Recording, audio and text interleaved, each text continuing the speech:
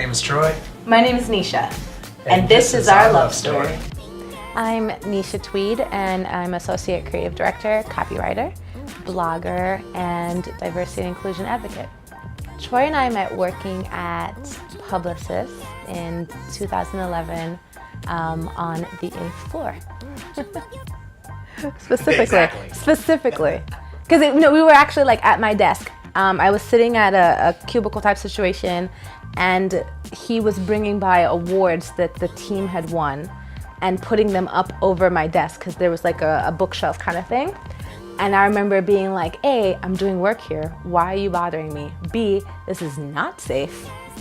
If there's an earthquake or a heavy wind or whatever, one of these awards, because they were mostly triangle shaped or like giant gold bricks, if one of these awards comes, drop on my head, I'm gonna die and you'll be responsible. That's the first time we met. My name is Troy Bell. I work in advertising. I'm an account guy, so not quite the Don Draper type of role people may be familiar with, but more of the Pete Campbell kind of role, dealing with clients and working with the creative teams internally at the agency.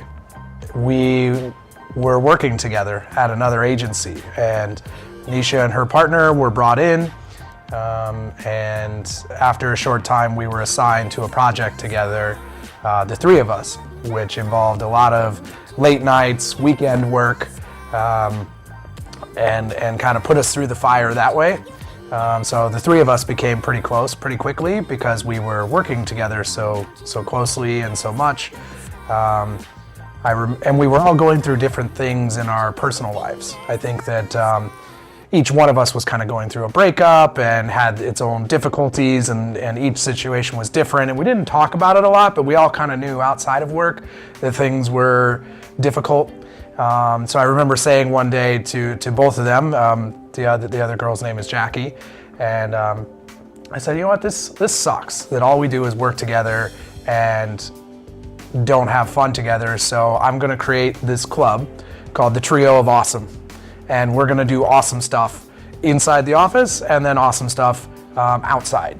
So our first Trio of Awesomeness event was, I took them to a Johnny Walker tasting. And so the three of us went, we had a great time, and that kind of started it. After that, we went to a comedy show, we went out to dinners, they came and watched a football game with me once.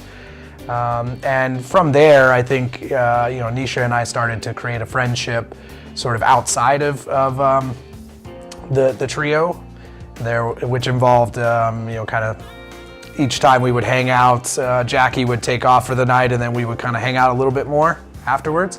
But it really hadn't hit a romantic stage at that point. We were just friends and enjoyed each other's company. And, I think it was more of a duo of awesome than anything else romantic really yet on that front. So before Troy even, I think, saw me or whatever, I had a crush on him.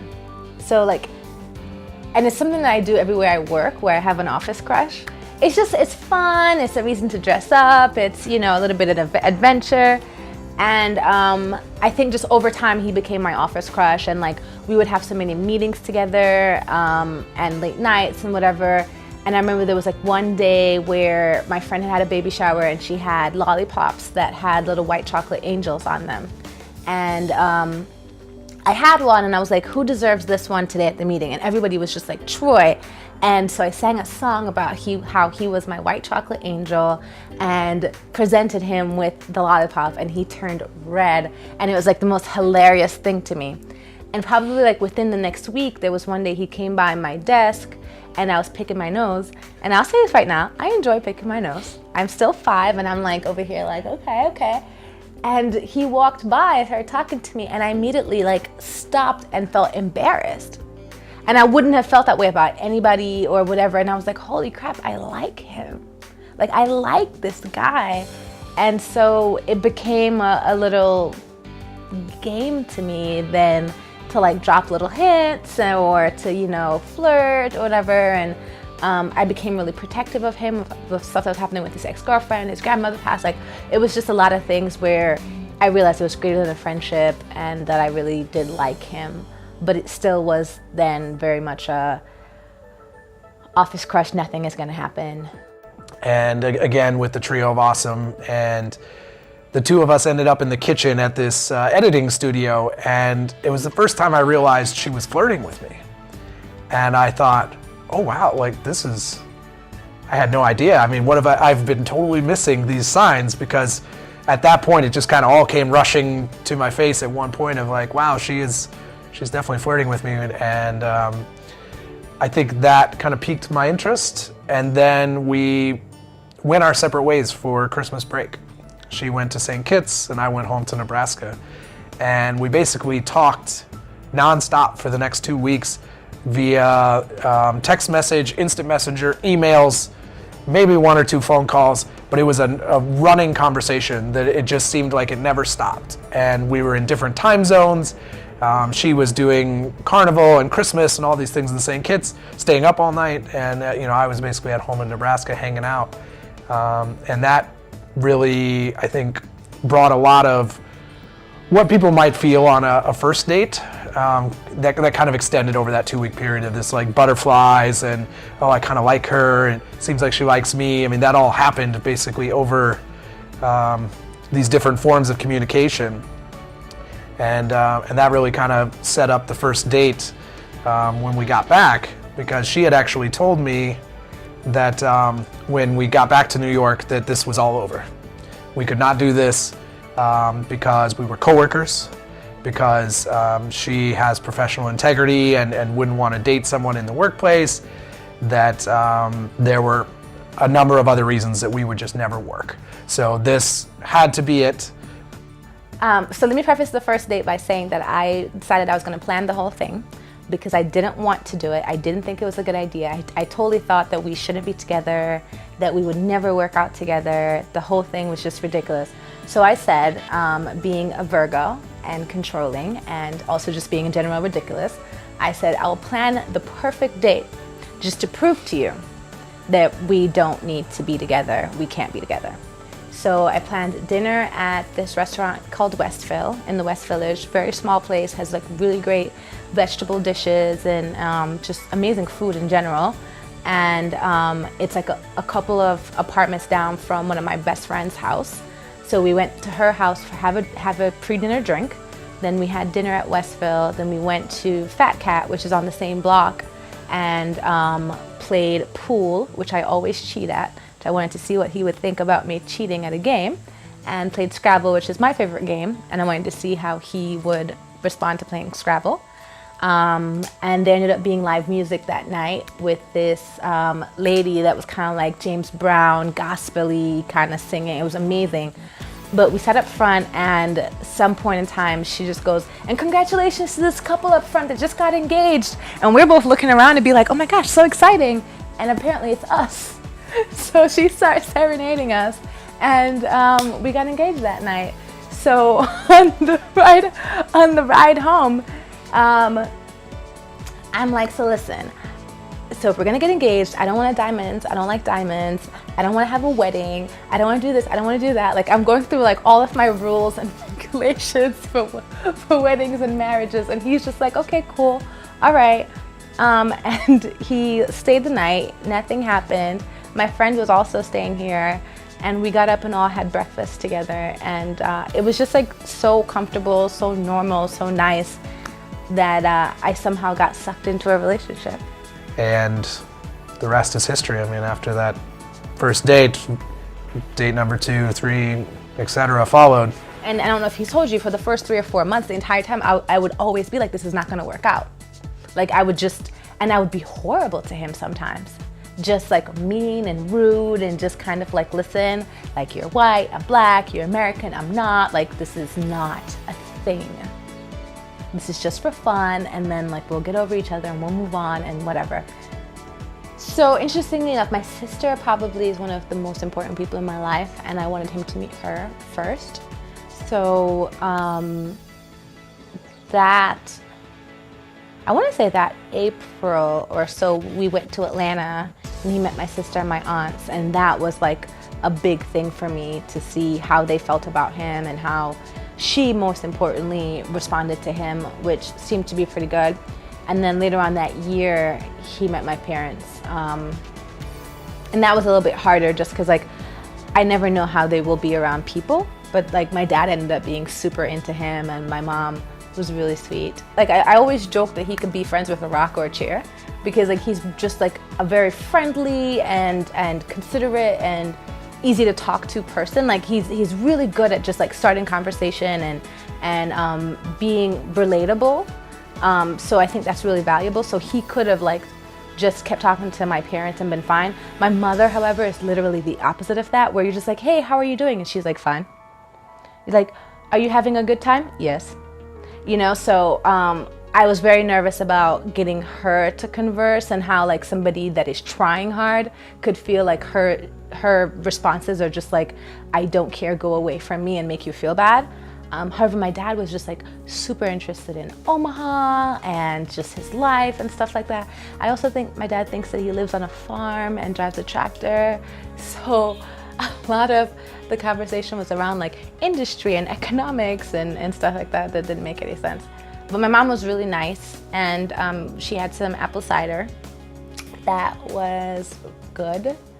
And I think that helped everybody be really friendly and have a good time. One of our favorite things, especially since we've moved in together, is getting up on a Saturday or Sunday and we make essentially a fancy brunch. I mean, you know, a lot of people in New York do that on the weekend. You go out for brunch and, you know, you pay money and you sit in the spot and whatever it is. We do that right here. We try to find recipes that we haven't made before, new ways to do things, or ways to try to one-up each other almost in a fun way. You know, we'll take turns, say, well, I'm gonna cook this weekend, or you're gonna cook. And then the other person will kind of be able to start their morning a bit slower, and one of us will put together breakfast, which often includes custom cocktails. We'll, you know, find stuff and mix it, and then kind of present everything. And almost, you know, in some cases, take pictures of it and be like, look what we've done. And it's such a great start to the day. So one of my favorite things, before I met Troy, I don't think I appreciated a weekend. I don't think that I knew like when people would talk about like, oh my God, yes, it's Friday, and oh man, it's Monday. I would just be like, okay, so like, and because I like working, and for the most part, I've had jobs I've liked. Then I met him, and like the weekends were these like magical adventures of just food and naps and hugs. And I mean, like we found a church that we loved, and we would go exploring and walking. Like it was just amazing. And I think just having that time to be free with him was just, I don't know, like just very fulfilling. So now that we're together and we don't have to hide at work anymore, and I mean, we've been together for 3 years, the weekends are still really special, and Saturdays and Sundays, usually Saturday is like my 100% focus on Troy day, because he needs that type of energy.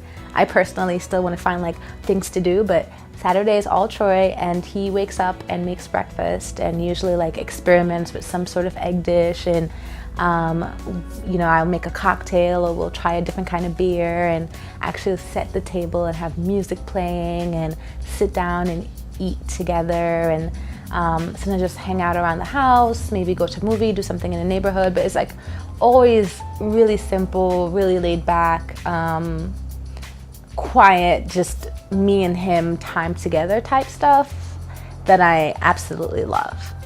Travel as well, you know, the idea of exploring a new place, going somewhere that we've never been, and even seeing a place you've been before with new eyes when you're with someone that hasn't been there, or you haven't shared this experience together, is something we both like. We both also really like whiskey. That started back at the Johnny Walker event, and since then we've sampled our way through a lot of different brands, and, you know, found things we like, or gone to different restaurants and tastings and things like that. And it's just something that you know, we I think is a part of our relationship. We're planning to have some aspects of that in our ceremony I remember we took this trip to Amsterdam, and the couple, we stayed in an Airbnb, the couple's place that we stayed in had a big wooden table, and they had a thing where every guest they had written something on the table. And so we're getting ready to leave, and Nisha wrote this quote on the table about love makes the world go round, whiskey makes it a fun ride. And I thought that was so perfect. I mean, that's literally kind of who we are, and the role that whiskey plays in our relationship, you know, which makes us sound like a couple of drunks, but yeah, I think it's all within, you know, moderation. The cooking has often played a role, which, especially with her family, can be kind of interesting, with them being Caribbean and the men not typically having a role with cooking and preparing the meal. It's been very obvious that I'm the one man in the kitchen, and all the men are in the living room watching football, asking what the hell I'm doing in the kitchen, and all the women are in the kitchen, thinking I'm in the way, you know, asking what the hell I'm doing in the kitchen, and Nisha just kind of saying, he's just doing what he does. You know, he wants to help, he likes cooking, you just have to kind of let it happen. I think that I actually was talking about this with some friends recently, that I think one of the best parts about our relationship is that the idea of like who wears the pants, or who the dominant one is and who the submissive one is, changes day to day, week to week, even hour to hour, just based on kind of what's needed at the moment. And the other person just kind of assumes the other role, all without ever having to talk about it and say, you know, I'm going to be dominant and masculine now, and I'm going to be the one that cooks and, you know, takes care of you while you're sick, or whatever any of those things might be. It all just kind of happens, and it feels very natural. And I've certainly not experienced that before, and I don't know that that's, you know, a really frequent thing. And I think part of that was what let me know that this was a really good thing. The things that Troy and I share in common are, I think, a love for music.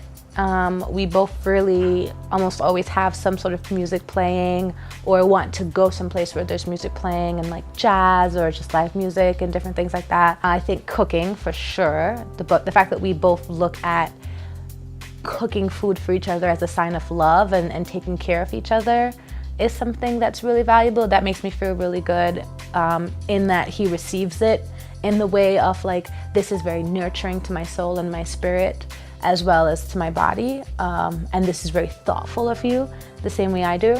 I think travel is another thing we really have in common. Like, we are always looking for new places to explore, and actually sometimes it's like within New York where I'm like, let's go on a field trip to Forest Hills, and, you know, let's go to Brooklyn and check this thing out. And I think that's really nice, because having that spirit of adventure and of exploration is really, really important. That both of us come from places so different from New York, and that they're places that people don't know a lot about. There's misconceptions about both. I mean, people think that, you know, I rode a tractor to school and I grew up on a farm, and her being from outside the country and from an island, that, you know, it's just like Bob Marley and Huts. You know, good times and huts and whatever, that, you know, we both have had to kind of fight those stereotypes and stigmatisms during our time here, and in some ways we can find common ground on that we're both a bit of have a bit of that immigrant background coming to New York. So I think those things have actually made us stronger, although we're from such different places. It's actually kind of uncanny how much there's a similarity in a way. And then I think that where it's actually different is, you know, she comes from a place surrounded by water, and I come from a place surrounded by land. And so there's a very big difference in that, and the comfort with where we travel to and the things we do. I mean, I think St. Kitts is very nice for me to visit, but after being there for about 2 weeks, I start to feel like, oh my God, if I got in a car and drove, I would just go in a circle. Like, I can't go anywhere, which feels a little weird to me, because my whole life that was what we did for family vacations. Like, you got in a car and you drove 2 days, and then now you're at this other place. So I think that's something that, you know, it hasn't been a problem, but it is very different for us based on where we grew up and kind of where we come from. And like Christmas, I think. Christmas in Omaha being all snow and cold, and Christmas in St. Kitts being snow, like sun and beach. That I have a hard time feeling like I had a real Christmas in Omaha, and he has a hard time feeling like he has a real Christmas in St. Kitts. Yeah, and it's funny that, because that's very true, but I think in individual ways our families have such strong like Christmas traditions. You know, mine is everybody gets together, eats, we open presents, there's fun, there's games, and like she said, there's snow and Christmas trees, and it feels very much like quintessential sort of American Christmas. And then we have been to Christmas there, and while they don't have some of those elements like the Christmas tree and the snow, it's, you know, they sing Christmas carols, they have a big meal, it's almost more boisterous celebration of the season than what we do. So while it didn't feel like true Christmas to me, it also brought forward a whole different part of Christmas that I'm not used to. So we actually talked about this a bit yesterday because we were trying to figure out what it meant and where it was coming from or whatever. And I think I have two bit of answers for that. The first one being actually something I was talking to somebody about earlier this week, where the girl has said like, "Yo, marriage is real. This shit is real."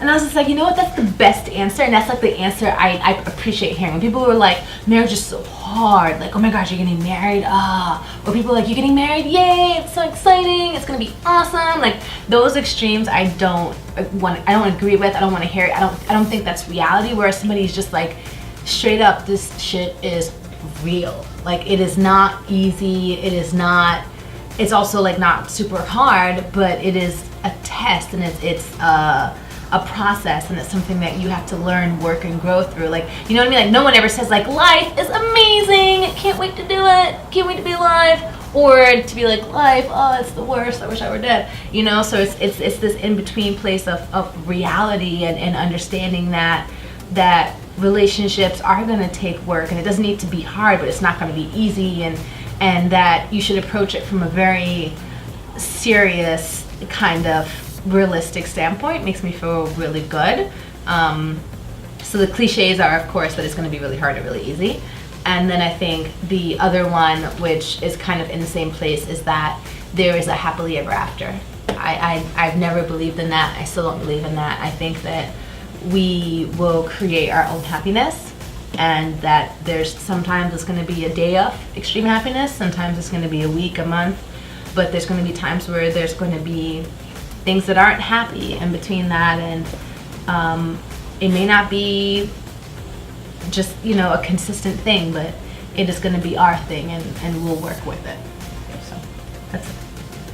The other being, you know, people say this thing about don't go to bed angry, and while I get the idea there, and I can appreciate that, it also just doesn't feel real, because sometimes you are going to be upset, and just a quick like, well, we're about to go to bed, so let's make sure this is solved, is also not realistic either. Also, he falls asleep like literally the minute his head hits the pillow, so I'll be the one that's not going to sleep angry, and he's the one that's going to sleep hard. And I might still be angry, but it's not going to keep me up. Yeah, so it's not a fair saying at all. But I think just being real about that and being honest with ourselves that, you know, sometimes we're going to be upset, but at least if we can say, I'm still upset about this, I want to talk about it in the morning, you know, I'm tired, or just it doesn't seem like we're getting anywhere, then I think it's okay to go to bed angry. Just knowing and acknowledging and owning up to that being the situation, and resolving to finish it the next day or however long it takes. I think it's not about even going to bed angry. It's like not going to bed with a spirit of like anger and division, because like you could be angry at me about eating the last of these delicious grandma cookies, but wake up and be like, you know, we could start over today, I can still talk to you, I can still be your friend or whatever, even though I'm angry about this particular situation. Like, and I think that's what's the difference is like, versus if you were to go to bed angry and wake up and like, I'm like, good morning, and you're just like, you know, like that's when it's a bad situation and we're in a bad place, and you become like my angry grandma. But I think that it's being able to say that there's something that we need to talk about, something that needs to be dealt with. It cannot be dealt with right now, but let's continue moving through our night and our life without letting that hinder us. You know, it's a positive place to be. To hug at least once a day, if not more. The importance of physical touch, we forget that, and because we're at work all day and we're rushing and we're going, and especially in New York, you're trying to avoid having people touch you. You forget how important it is to be touched and to physically feel the closeness of another human being. And let go of the small things. There's just far too much at stake to get caught up in little details and things that seem big at the time, but that really don't matter. And finally, just have fun, laugh a lot. And I think those two things can take you a long ways if you can laugh through things and just stay focused on having fun. That's why any of us do this in the first place. It's just more fun to go through stuff with somebody else. I love the man that Troy is. Like, I love him as a human being. I love the way he is with his friends and how thoughtful, considerate, and kind he is. And he's a really, really good friend. And you don't see that a lot, and you don't see that in men a lot. So that means a lot to me, to see just he's a good person. Like, one of my friends had, even before she met him, she had said it about someone else where she was just like, you know, in her Jamaican accent, he met good. And I'm like, when I met Troy, I was like, yo, he met good. Like, he has the right parts, and it was made with quality materials and expertly sewn together. And I love the brother he is, the son he is, the way that he loves his mother, the way that he cares about his younger brothers and takes care of them and looks out for them. And the fact that he gets like overly emotional and attached to things at work that are meaningless, because he's just like such a good person inside that means so much to him. The fact that he goes above and beyond to love me and take care of me and look out for me, and even like, because I think I'm like ridiculous and I think I'm so difficult to deal with and all this stuff, and the fact that he anticipates things and just like comes out of nowhere and it's just like, I know you wouldn't like the water they have over here, so I bought you your own water. You know, I'm just like, yo, thank you for not making me feel like I'm the worst, for one. For two, thank you for just like accepting me for who I am and loving me that in this way. I don't know. I love everything about him. I love how he gets ridiculous about sports for no reason, even if he's not playing it. And I love that he gets hangry and doesn't know it. And then I have to be like, here, eat this. I love that he's himself. And I've never seen him try to be somebody else or try to pretend or anything like that, you know? Like, I think that's really great, where he would be like, well, this hurt my feelings. And I'm like, dude, as much as I'm just kind of like, get over yourself, I love the fact that he's just like, no, but this is me. That's too much, or I don't like that, and I'm gonna say something about it. Just, I think he's wonderfully and beautifully made. Yeah, well, and I think part of the reason the world loves Nisha is definitely one of the is you know, probably the primary reason I do, because it feels so special to be the person that's closest to that.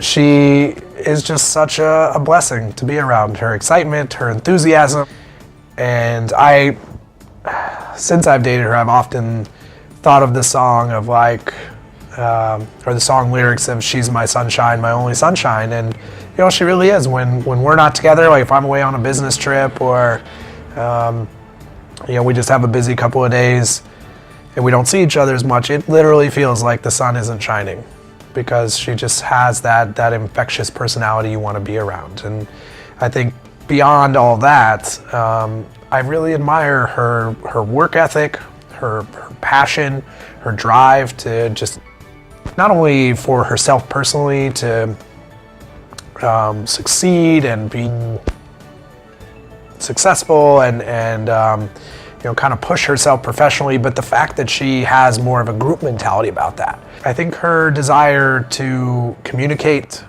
and to be the best you can, and be the best you can, meaning like as a person, as half of a relationship, as a friend, as a mentor, everything, like just being the best. I have so much to be thankful for just from meeting her and being next to her these last couple of years. I've taken some steps professionally. I've lost weight. I've gotten healthier. I'm eating healthier. I've organized my life in different ways. I've started saving more. I mean, she literally has coached my life in some ways. And while that makes it sound somewhat one-sided, I mean, I like to think that I'm doing something as well that's helpful to her. But I think that we just balance each other so well. And actually, some of the symbols that we've chosen to use in our ceremony are the anchor and the kite. And I think that while those roles change from time to time, for the most part, I'm the anchor and she's the kite. And there are these sayings about things like that, about, being a kite is great as long as you have something to keep you to the ground, otherwise you'll float away. And being an anchor is great because you're grounded and you have a base, a stable base, but that can be somewhat of a negative if you forget that you can fly. And so I think the play of the two is something I really see in the two of us. And Disha is definitely my kite. I mean, she reminds me that things are possible, and that she certainly makes me feel like I'm flying sometimes, and I'm so thankful to have her. And final thought, I think, there's a cliche that, white guys can't dance, white guys aren't good in the bedroom, and while I cannot dance, I'd like to think that I have proven the other one to be completely false. Completely false. That was a shameless plug. I can't even do it right now.